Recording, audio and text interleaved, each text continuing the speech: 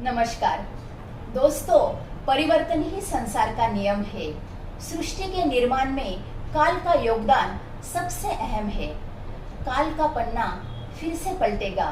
ऋतुओं के राजा ऋतुराज वसंत ऋतु का आगमन होने जा रहा है और नए साल के स्वागत के लिए धरती अपने हरे भरे और रंगीन साज श्रृंगार से खिल उठेगी। पक्षियों की चहक वातावरण में गूंज उठेगी और फिर से सृष्टि में नव चैतन्य उभरेगा। ऋतुओं के अनुसार आहार विहार करने का आयुर्वेद का जो उपदेश है, इसे ही ऋतुचर्या कहा गया है, ताकि सर्वकाल स्वस्थ रहा जा सके। मनुष्य को काल के अनुरूप चर्या करने का यह जो आदेश है, यह अपनी शारीरिक क्रिया और सृष्टि के प्रति सूक्ष्म एवं गहरे ज्ञान का संकेत है। देखा है और हमने सुना भी है कि काल का जो चक्र है वह अखंडता से और निरंतरता से चलता ही रहता है। समय किसी के लिए भी रुकता नहीं है, लेकिन हमने हमारी सुविधा के अनुसार इसे 6 ऋतुओं में विभाजित किया है, जैसे शिशिर, वसंत, ग्रीष्म, वर्षा, शरद और हेमंत। इसमें बसंत ऋतु जो है वह नए साल का पहला ऋतु माना गया है और इसमें सृष्टि का जो सौंदर्य है वो बहुत ही मनमोहक और अद्भुत रहता है। आइए देखते हैं बसंत ऋतु कैसा होता है। खिल रही है कोमल कलियां बसंत ऋतु के आने से, तितलियां भी मुस्कुरा रही है इस बहार के आ जाने से। मौसम हुआ सुहावना फैलने की हरियाली से, गलियां है महकी महकी ऋतु बसंत आने से। खेत खलियान लगते हैं सुंदर पीली पीली सरसों से, पेड़ पौधे हैं हरे भरे सुंदर सुंदर कलियों से। हमको भाता यह मौसम है रंग बिरंगी तितलियों से, लदे हुए हैं पेड़ पौधे पत्ते और कलियों से।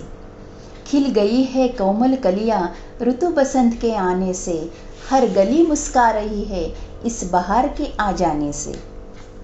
कितना खूबसूरत है ना दोस्तों ये बसंत ऋतु। यह ऋतु मार्च अप्रैल तथा मराठी महीने के अनुसार चैत्र वैशाख में रहता है। वातावरण की स्थिति शिशिर ऋतु में यानी ठंड के मौसम में जहाँ पतझड़ होता है, लेकिन वसंत ऋतु में सृष्टि फिर से हरी भरी और खिलने लगती है। सूरज उत्तर दिशा की तरफ जाने की वजह से सूरज की किरणें तथा वातावरण का ऊष्मा बढ़ने लगता है, इसलिए हवाओं में जो आर्द्रता तथा स्नेह होता है वह कम होने लगता है और रुक्ष हवा बहने लगती है। ऑब्वियसली दोस्तों, इस वातावरण का जो परिणाम है वह हमारे शरीर की दोष स्थिति पर भी होता है। ऊष्मा बढ़ने की वजह से शिशिर ऋतु में शरीर में जमा हुआ कफ पिघलने लगता है और इससे शरीर में कफ दोष बढ़ने लगता है और इस दोष स्थिति को कफ प्रकोप कहा जाता है। ये कफ बढ़ने की वजह से कफ के विकार जैसे सर्दी, खांसी, दमा और स्किन के विकार, त्वचा के विकार, कृमि, ऐसे अनेकों व्याधि उत्पन्न होते हैं।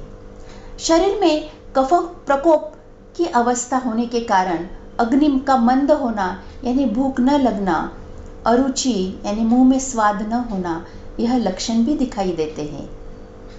तो दोस्तों, इतना सुंदर मौसम है और हमें इसका मज़ा भी लेना है, इसलिए आयुर्वेद ने ऋतुचर्या का पालन करने के लिए कहा है, यानी जो खान पान के नियम बताए हैं हमें इसका पालन करना बहुत ही ज़रूरी है।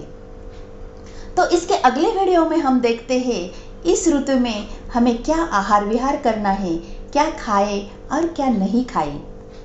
मिलते हैं अगले वीडियो में। तब तक आयुर्वेद के साथ स्वस्थ रहो, मस्त रहो, इसी शुभकामना के साथ bye bye, take care, thank you. अगर आपको हमारा चैनल पसंद आए तो इसे लाइक करें, कमेंट करें, अपने दोस्तों के साथ शेयर करें और अगर आप नए हैं तो इसे ज़रूर सब्सक्राइब करें और बेल आइकन पे ज़रूर क्लिक करें, ताकि जब हम नए वीडियो अपलोड करते हैं तो तुरंत आपको उसका नोटिफिकेशन मिल जाएगा। Thank you.